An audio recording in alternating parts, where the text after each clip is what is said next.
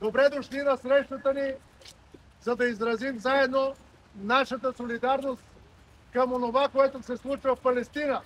Над 600 дни вече минаха от началото на войната в ивицата Газа.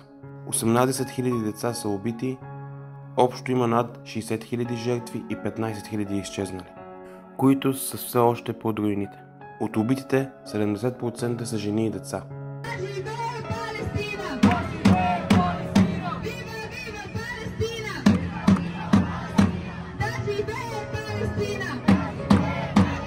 Убити са повече от 200 журналисти, множество работници на ООН и на други хуманитарни институции, включително и нашият съгражданин Марин Маринов, който загина докато помага на хората там.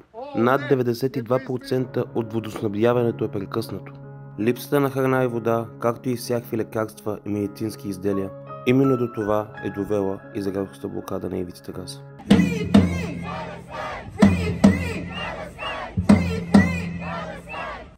Въпреки проливните дъждове, вчера на 30 май палестинци в България и поддръжници на палестинската кауза се събраха в София в близост до Министерство на външните работи с призив към българските политици за незабавно спиране на войната в Газа и моментално спиране на израелската блокада.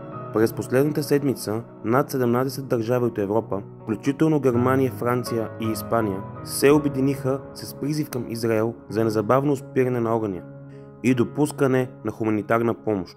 Като Франция, Канада и Великобритания дори заплашиха с конкретни действия срещу Израел, ако те не спират тази офанзива. Време е България да застъпи за хуманността и да застане на правилната страна на историята.